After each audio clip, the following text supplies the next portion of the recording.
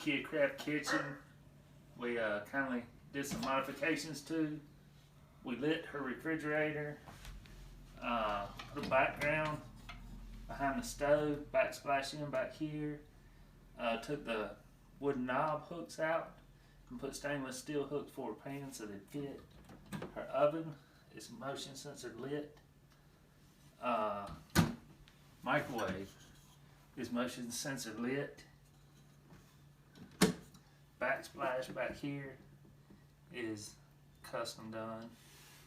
Lighting, of course, here, and it's remote.